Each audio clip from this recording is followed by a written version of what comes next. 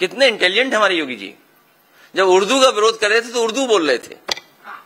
हमारा लैपटॉप आज भी चल रहा है, लेकिन बीजेपी का दिया हुआ जो फोन है वो घिसते रहो, चलता ही नहीं है। हमारे लैपटॉप से नकल की फोटो लगाने की। इंडिया गठबंधन है और इंडिया गठबंधन रहेगा। ये हमारी PDA strategy Bharatiya Janata party को सबक सिखाने जा रही है। प्रचार में बहुत आगे रहे और प्रयागराज के महाकुंभ के दौरान इधर सोशल मीडिया पे कहने का मौका मिलता है कई बार,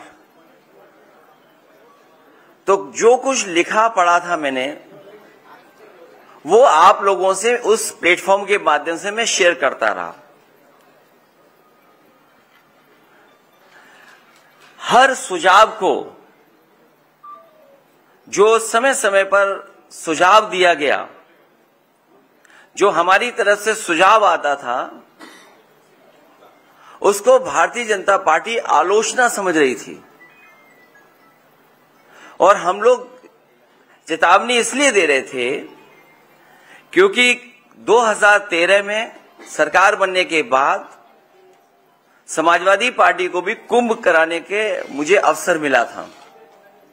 इसलिए अपने अनुभव के हिसाब से जो मैं सुझाव दे सकता था और जो मैं आशंका प्रकट कर सकता था कि संभव है ये चीजें हो जाएं, उसके हिसाब से सुझाव देने का काम हम लोग लगातार कर रहे थे। 2013 के कुंभ को अति सफलतापूर्वक संपन्न कराने के पीछे हमारी और सरकार में उस समय जो लोग थे उनकी पहले से तैयारी थी। लेकिन जब 2025 का जो ये कुंभ हम लोग देखते हैं, वैसी तैयारी नहीं दिखाई दी। इसीलिए हम लोग तैयारियों को देखते हुए सरकार को चेता रहे थे, बता रहे थे, जानकारी दे रहे थे। इसलिए मैंने जितनी भी सलाह बनाई है, जितने भी सुझाव दिए, उसकी एक किताब बना करके मैं अभी बाद में आपको बांटूंगा। जब कुंभ में आते हैं तो दान दिया जाता है। ये ऐसे लोग हैं जो दान ही नहीं देते। अगर आपकी जेब में होगा तो वो छीन लेंगे महंगाई को बढ़ा करके। दान कुछ नहीं मिलता।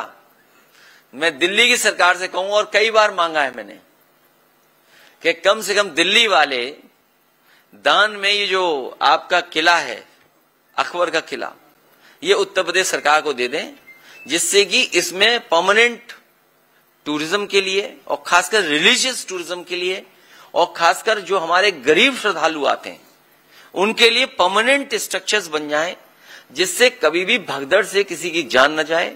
जो श्रद्धालु आए उसे वाकायदा यहां पर पूरी अपनी श्रद्धा के साथ पूजन और जो परंपराएं हैं उनको करने का मौका मिल जाए। अब डबल इंजन की सरकार कम से कम ये काम तो करे, एक दूसरे को दान दे दे चीजें। मैंने इसीलिए कहा कि हम अपनी पूरी लीडरशिप को कह चुके हैं, फिर आपके माध्यम से दोबारा मैं कहता हूं, किसी भी इतिहास के बारे में हम लोग चर्चा न करें। इतिहास को इतिहास ही रहने दें। दूसरा, हमारा धर्म, आपका धर्म, इनका धर्म, उनका धर्म, धर्म में बहुत सारी बातें हैं। धर्म को एज इट इज स्वीकार करना चाहिए। हम धर्म पे भी कोई कंपटीशन या कोई भी हम टिप्पणी नहीं करना चाहते। और इस मामले में सुप्रीम कोर्ट भी कई बार कह चुका है कि हमें किसी एक दूसरे को ठेस नहीं पहुंचानी है। कोई भी तथ्य बात हम रखें, लेकिन किसी दूसरे वाले को क्रोध नहीं आना चाहिए। और आज के जमाने में चैट जीपीटी है। मैं तो अपने पत्रकार साथी से कहूंगा कि इस जमाने में गूगल पे वो डेटा भी होगा कि सबसे ज्यादा क्या सर्च हुआ है, इधर लोगों ने क्या पढ़ा है। तो शायद जो सवाल आप उठा रहे हैं वही पढ़ा है।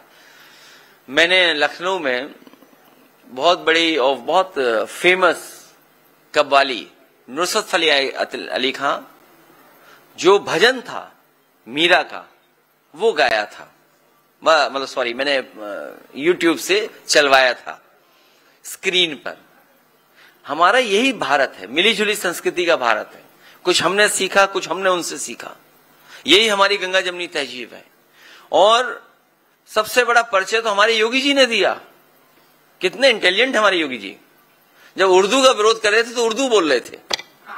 बुनियादी सवाल वही है मान लीजिए वक्फ बिल आ गया, इलाहाबाद प्रयागराज में किसानों को क्या गेहूं का रेट मिल रहा है?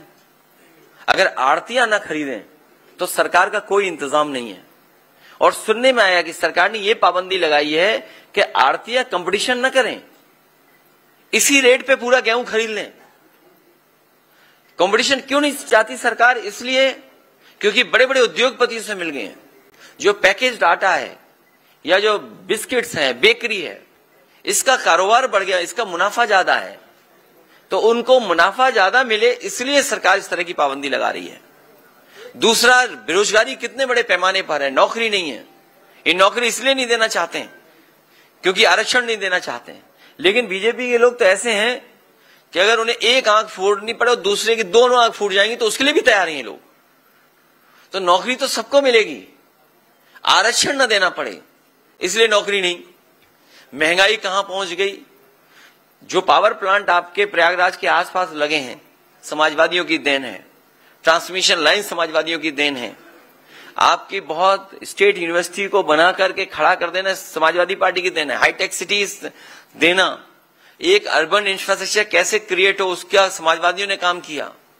बहुत से बड़े फैसले किए। हाई कोर्ट आपका बहुत शानदार है, लेकिन लखनऊ का भी जो हाई कोर्ट बना है कम शानदार नहीं है। तो ऐसे बड़े बड़े इंफ्रास्ट्रक्चर अगर किसी ने बनाए तो समाजवादियों ने बनाए। लैपटॉप जब मैंने बांटा, और आज भी जहां लैपटॉप बटा होगा वो आज भी चल रहा होगा। वो लैपटॉप ऐसा दिया कि वर्ल्ड का one of the best company थी। इनका जो मोबाइल दिया हुआ है ये नकल तो कर लेते हैं, हमारे लैपटॉप से नकल की फोटो लगाने की, लेकिन उसकी क्वालिटी उस पे उन्होंने नहीं कंप्रोमाइज वो किया, उन्होंने नकल। हमारा लैपटॉप आज भी चल रहा है, लेकिन बीजेपी का दिया हुआ जो फोन है वो घिसते रहो, चलता ही नहीं है। हालांकि मंत्री जी के बारे में नहीं बोलना चाहिए, लेकिन हमारे मुख्यमंत्री जी को 30 मार्का बनाने में उनका भी योगदान है। सुनने में ही आ रहा हो, सब बात गलत हो, कि जो 30 करोड़ का कारोबार वाला व्यक्ति था ये यहीं से लेके गए थे। इनकी अपनी जेब भर जाए तब निर्यात आयात पे कुछ काम करें। उनकी भाषा तो ऐसी खराब है हमारे प्रति, वो कितनी भी डुबकी मार लें पाप नहीं धुलने वाले। सबसे ज्यादा डुबकी मारी होगी। तो हमारे हिंदू समाज में यही तो मान्यता है कि भाई एक डुबकी से सब पाप धुल जाते हैं। क्या वजह थी इतनी डुबकी मारनी पड़ी? हमने तो 11 मारी थी, लेकिन 11 हमने क्यों मारी थी वो हमने बताया था।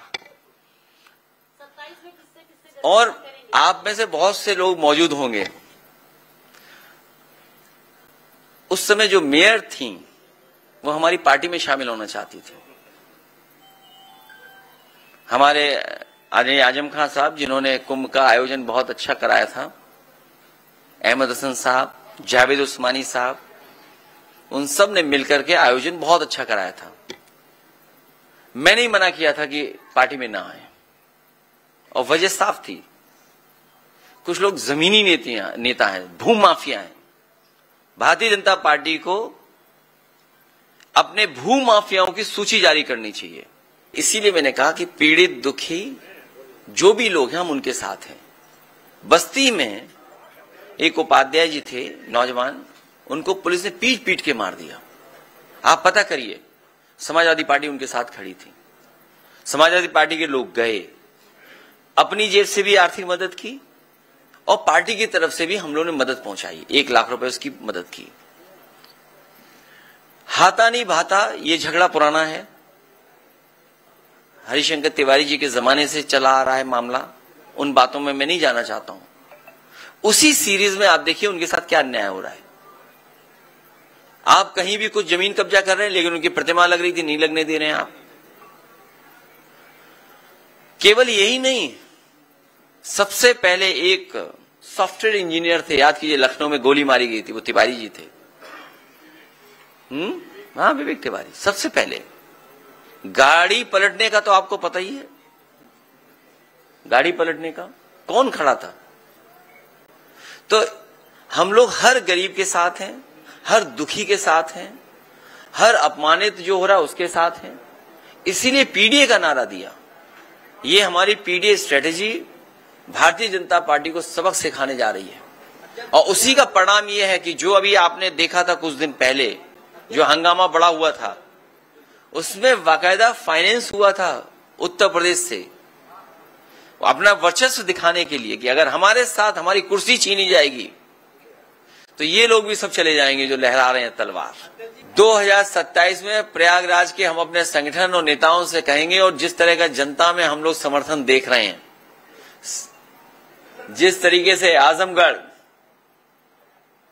और अंबेडकर नगर, बलिया, पूरा का पूरा गाजीपुर या सफाया कर दिया था बीजेपी का, इसी तरीके से प्रयागराज से भी हम लोग मिल करके सफाया करेंगे। अगर पुलिस ही वोट डालने लगेगी तो किसी के फेवर में नहीं कुछ आएगा। अगर आपका मोबाइल ही छीन ले तो न्यूज क्या दिखाओगे? वोट ही छीन लिया, अगर आपका मोबाइल छीन ले तो न्यूज क्या दिखाओगे? इंडिया गठबंधन है और इंडिया गठबंधन रहेगा।